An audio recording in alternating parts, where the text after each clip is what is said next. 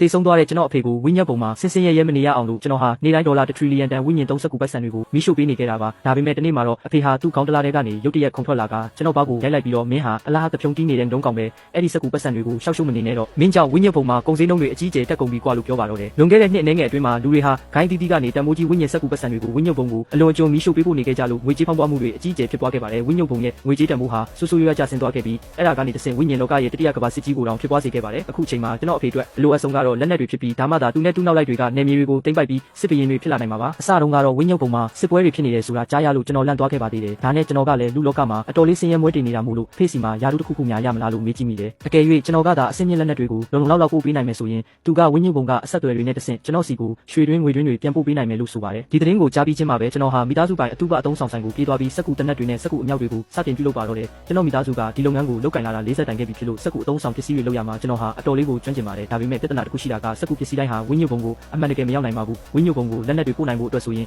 အဲ့ဒီပစ္စည်းတွေပေါ်မှာဝိညာဉ်လက်မှုပညာရှင်တစ်စိတ်ခန့်နှိပ်ချက်ပါရှိဖို့လိုအပ်ပါတယ်အဲ့ဒီတစ်စိတ်တွေမှာအဆင့်6ဆင့်ရှိပါတယ်အဆင့်မြင့်လေးပစ္စည်းတွေကိုဝိညာဉ်ပုံစီပို့ပေးနိုင်လေးပါပဲကျွန်တော်မှာအခုလောလောဆယ်အဆင့်2တစ်စိတ်ပဲရှိသေးတာမို့လို့အခြေခံ rifle တနက်တွေနဲ့ဓာတ်လန့်စတဲ့လက်နက်တွေကိုပဲပို့နိုင်ပါသေးတယ်ဒါပေမဲ့အဖေကမထွက်ခွာခင်မှာပြောသွားတာကတော့ဝိညာဉ်ပုံမှာသူ့ရဲ့ယာတုတက်လာတာနဲ့အမျှကျွန်တော်ရဲ့တစ်စိတ်အဆင့်ကလည်းမြင့်တက်လာလိမ့်မယ်လို့ဆိုပါတယ်ဒါအပြင်အခုမှစစ်ပွဲကစခါသားဆိုတော့စက်တနက်အနည်းငယ်ဆိုရင်လောလောဆယ်လုံလောက်မှာပါတညလုံးအလုပ်လုပ်ပြီးတဲ့နောက်မှာတော့ကျွန်တော်ဟာအကြီးစားစက်တနက်၄လက်နဲ့ပစ္စတိုအချို့ကိုအောင်မြင်စွာပြုလုပ်နိုင်ခဲ့ပါတယ်ပြီးတော့အဲ့ဒီအပေါ်မှာကျွန်တော်ရဲ့တစ်စိတ်တွေကိုခတ်နှိပ်ပြီးအဖေစီကိုမိရှုပို့ပေးလိုက်ပါတယ်မိရှုနေစင်မှာလည်းအဖေဝင်းညုပ်ပုံမှာကြီးပွားအောင်လုပ်ပြီးတားဖြစ်သူစီကိုကံကောင်းခြင်းတွေနဲ့စီးစိမ်တွေယူဆောင်လာပေးပါအောင်လို့တွတ်ရွတ်ဖတ်နေခဲ့ပါတယ်ပြီးတော့လက်ဆောင်ဖြစ်လက်ဖျားသားတစ်လက်ကိုပါထည့်ပြီးမိရှုပေးလိုက်ပါတယ်နောက်တစ်နေ့မှာတော့ကျွန်တော်အိမ်နောက်ဖေးကတစ်ပင်အိုကြီးအောက်မှာရွှေတုံးနဲ့တုံးမြုပ်နေတာကိုတွေ့လိုက်ရပါတယ်အဖေပြောခဲ့တာတွေကလိမ့်နေတာမဟုတ်ပါဘူးကျွန်တော်စက်တနက်နည်းနည်းပဲပို့ပေးရသေးတယ်ရွှေတုံးနဲ့တုံးတော့ပြန်ရနေပြီကျွန်တော်လည်းအဲ့ဒီရွှေတွေကိုယူပြီးအပြင်ထွက်တုံးတုံးတော့မလို့လုံနေတော့ဆိုင်ရှိမှာလူအုပ်ကြီးရောက်နေတာကိုတွေ့လိုက်ရပါတယ်သူတို့အားလုံးဟာတေဆုံးသွားတဲ့သူတို့ရဲ့ဆွေမျိုးသားချင်းတွေကအိမ်မက်ထဲမှာကိုထင်ပြပြီးစက်တနက်တွေဝယ်ခိုင်းလို့ရောက်လာကြသူတွေကြီးပါကျွန်တော်ကဖန်ချမ်းရဲလို့ခေါ်တဲ့မိန်းကလေးတစ်ယောက်ကိုအရင်ဆုံးဆိုင်ထဲဝင်ခိုင်းလိုက်ပါတယ်သူမကပြောပြတာကမင်းညကကျမရဲ့တေဆုံးသွားတဲ့မောင်လေးကိုအိမ်မက်တဲ့သူကရှင်းစီမှာစက်တနက်တွေနဲ့နက်ဖျားသားဆိုတာကိုလာဝယ်ခိုင်းတယ်အဲ့ဒါဟာကျွန်တော်ဖေကကျွန်တော်အတွက်ဖောက်တယ်တွေရှာပေးနေတာပဲဆိုတာကျွန်တော်သိလိုက်ပါတယ်ဝင်းညုပ်ပုံမှာစစ်ပွဲဖြစ်နေတာဆိုတော့သူတို့အတွက်လက်နက်တွေအများကြီးလိုနေတာပေါ့ကျွန်တော်လည်းသူမမောင်လေးရဲ့မွေးတက်ကရစ်ကိုအမြန်ယူပြီးစက်တနက်တွေနဲ့နက်ဖျားသားကိုချက်ချင်းစတင်ပြုလုပ်ပေးလိုက်ပါတယ်အားလုံးပြီးစီးသွားတဲ့အခါမှာတော့သူမရဲ့မောင်လေးအတွက်အိမ်နောက်ဖေးမှာမိရှုပေးလိုက်ပါတယ်အဲ့ဒါတွေကိုရှုပေးပြီးတဲ့နောက်မှာတော့ဖန်ချမ်းရဲကအားမရသေးပဲသူမမောင်လေးအတွက်နျူကလ িয়ার ဘုံတစ်လုံးလောက်ရှုပေးဖို့ဘယ်လောက်ကုန်မလဲလို့တောင်မေးလာပါသေးတယ်ကျွန်တော်လည်းလောလောဆယ်ကျွန်တော်ရဲ့အဆင့်ကနှိမ့်နေသေးလို့မရနိုင်သေးကြောင်းဒါပေမဲ့နောက်တစ်ချိန်မှာလုံနိုင်ခဲ့ရင်တေချာပေါက်လုပ်ပေးမယ့်အကြောင်းရှင်းပြလိုက်ရပါတယ်သူမထွက်သွားပြီးတဲ့နောက်မှာတော့ကျန်တဲ့ဖောက်တယ်တွေကိုဆက်ပြီးလက်ခံပေးခဲ့ပါတယ်အားလုံးကသူတို့ရဲ့တေဆုံးသွားတဲ့ဆွေမျိုးတွေအတွက်စက်တနက်တွေလာဝယ်ကြတာကြီးပါပဲတစ်ဖက်မှာတော့ကျွန်တော်မိရှုပို့ပေးလိုက်တဲ့လက်နက်တွေအားလုံးဝင်းညုပ်ပုံကိုရောက်သွားတဲ့အခါမှာတော့အကြီးကျယ်ရုပ်ရုပ်တဲတဲဖြစ်သွားပါတော့တယ်ဝင်းညုပ်ပုံကဝင်းညင်စောင့်ချက်သူနှစ်ယောက်ဟာရောက်လာတဲ့လက်နက်ပုံကြီးကိုကြည့်ပြီးအံ့အားသင့်နေကြပါတယ်ဝင်းညုပ်ပုံမှာလူလောကပို့လိုက်တဲ့ပစ္စည်းတွေကိုလက်ခံတဲ့တီးတန့်ဌာနတစ်ခုရှိပြီး